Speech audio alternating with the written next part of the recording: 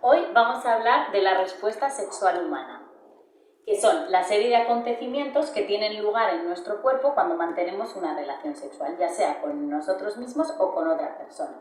Existen descritos varios modelos diferentes de respuesta sexual. Este fue el primero que se creó, que es el de Master y Johnson, seguro que lo hemos visto en algunas ocasiones, que es un modelo lineal.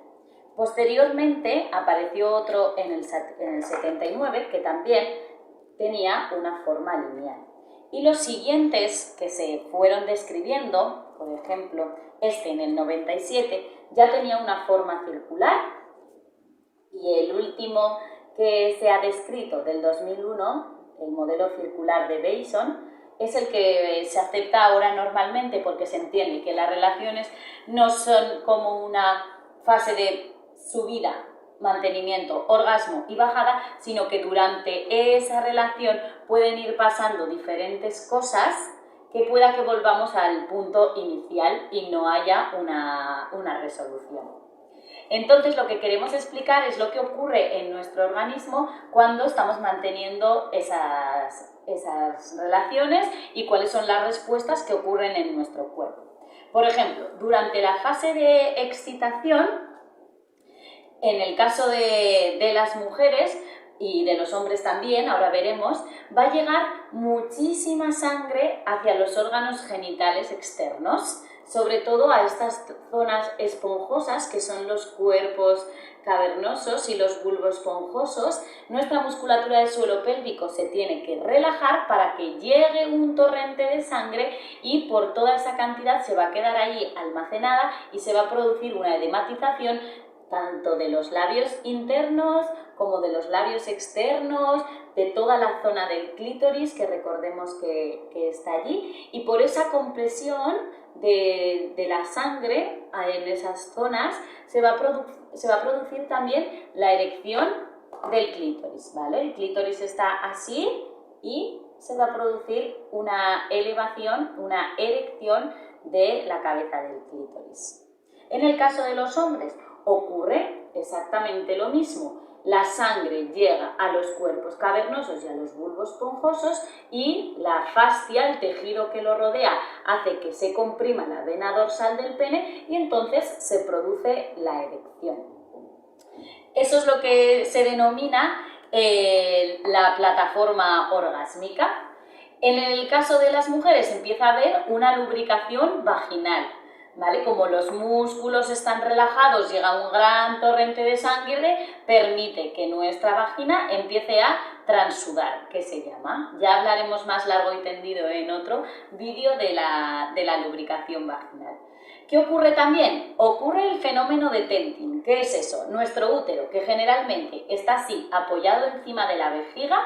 A veces hay mujeres que lo tienen en retroversión, ¿vale? Pero vamos a verlo como si lo tuviéramos aquí. El útero pasa de estar así a verticalizarse, por lo tanto, tira de los fondos de la vagina, ¿vale? Nuestro útero, que está así, se pone así y tira de la vagina, haciendo como ese efecto de tienda de campaña que se llama.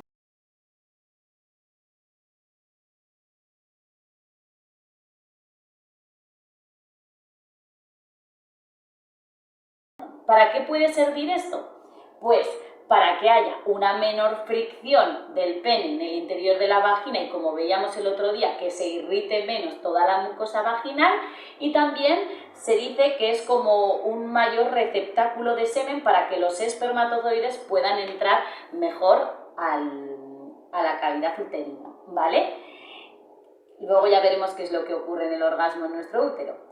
Hay un estrechamiento del tercio externo de la vagina, es decir, de la parte más proximal, va a haber un estrechamiento para que haya mayor fricción con el clítoris y eso nos dé mayor sensación de placer, porque recordar que esta parte del clítoris es la que está rodeando mi vagina y eso es lo que produce placer.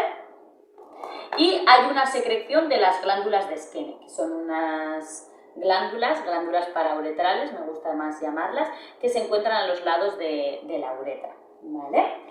¿Qué está ocurriendo a nivel extragenital? En el hombre ya hemos visto que a nivel genital se produce la erección. ¿vale? ¿Qué se produce a nivel extragenital?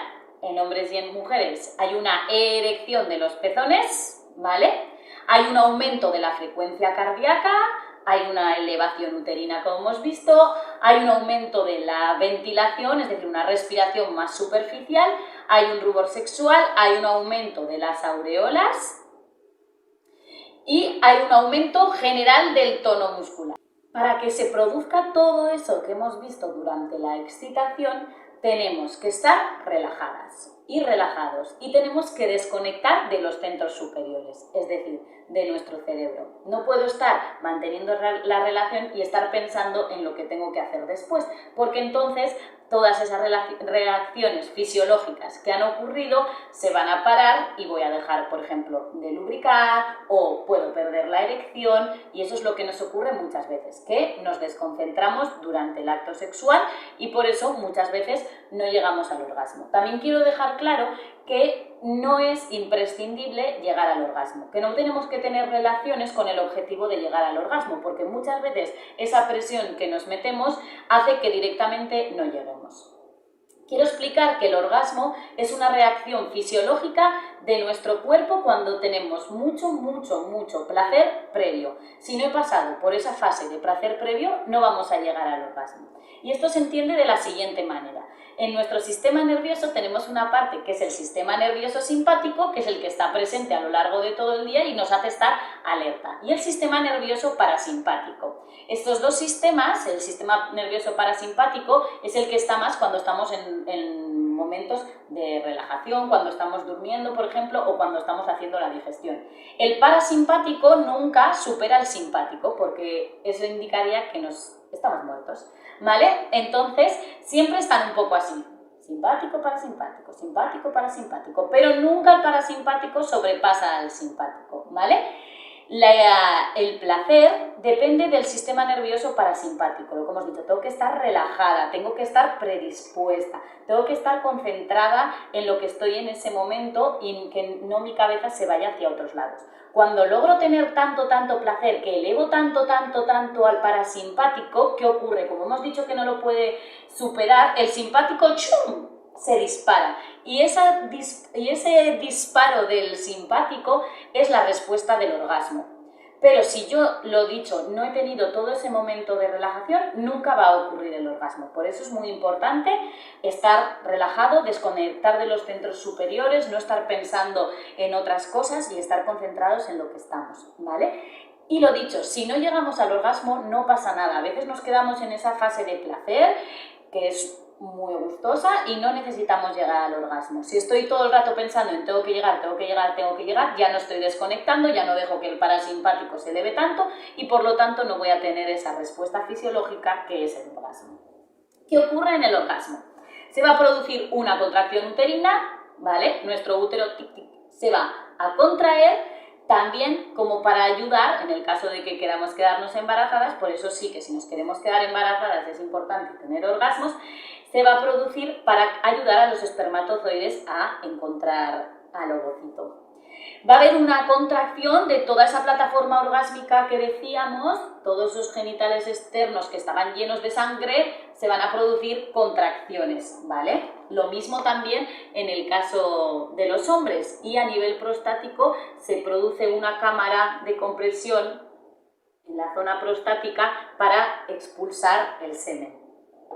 Va a haber una contracción también del esfínter anal, ¿vale? Y una contracción de toda la musculatura del suelo pélvico, tanto en el hombre como en las mujeres. Dicen que se producen entre 8 y 12 contracciones.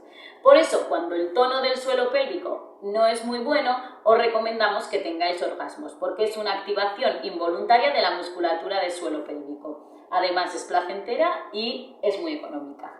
¿Qué ocurre a nivel extragenital? Se producen espasmos musculares a nivel de todo el cuerpo, en algunas zonas se produce una taquicardia, se produce una apnea, ¿vale? Y se produce sobre todo una extensión de la columna vertebral, también en el momento del orgasmo. Podéis observarlo en las próximas relaciones para ver qué es lo que ocurre realmente en el orgasmo y si se conecta con esto que estamos explicando.